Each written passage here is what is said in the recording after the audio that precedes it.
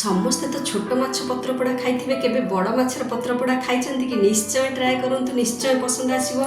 मुझे पोहला माछ नहीं जोटा कि भल भाव धोईकी छोट छोट साइज रे काटी नहीं कारण मते पत्रपोड़ा करार अच्छी जोटा कि कदली पत्र में बांधिकी पत्रपोड़ा करने छोट साइज रे काटी नहीं आउपटे गोटे पात्र रे गोटा सोरिष गोटा जीरा आ कंचा लंका रसुण को गोटे बढ़िया फाइन पेस्ट करने आधा घंटा अलग रखिने कारण तार पिता अंशटा नष्ट हो कारण किसी टाइम पर से पेस्टा पकेले तार फ्लेवर अधिका थाए। एठी क्वांटिटी देखा जीवनी कारण पत्र पोड़ारे क्वांटिटी जेते सोरिष पेस्ट आ जेते रसुण छेचा कंचा लंका पियाज पकेबे तार फ्लेवर बहुत अधिका कारण हमर से ग्रेवीटा ही माछ को कभर करि थाए।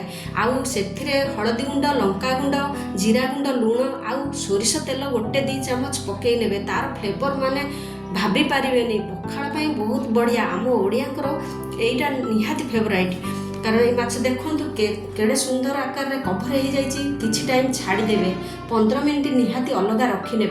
एपटे गोटे कदली पत्र को भल भाव तेल लगे सेकी ने जोटा आंचर सेकी ने किछि टाइम सेकी नेला तापरे एई मिश्रण को सेथिरे भरिकी ताकू भल भाव कभर करी गोटे सूतारे भल भाव बांधि नेबे।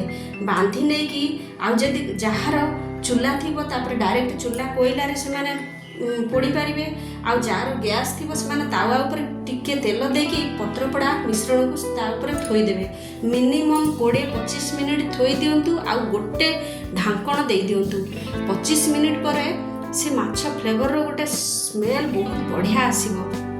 ताकू ओलटे के आउ थरे माने मिनिमम 5 मिनिट छाड़ी दिंतु छाड़ी देला पर तापर बाहर करके से पत्र को काढ़ी नियंतु सूता भी भल भाव काढ़ी नेबे किछि भी पत्र गोटे भी भितर रहिबनी काढ़ी नहीं कि पखाड़ किंबा गरम रे सर्व करंतु निश्चय पसंद आसीबो। देखंतु तार मिश्रण गुड़ा केमिति माछ को पूरा कभर करि नैछि निश्चय पसंद आसीबो। आ पूरा स्टीम माने ए फ्लेवर केबे भूली पारिबेनी आ पखाड़ आ गरम रे खांतु निश्चय पसंद आसीबो।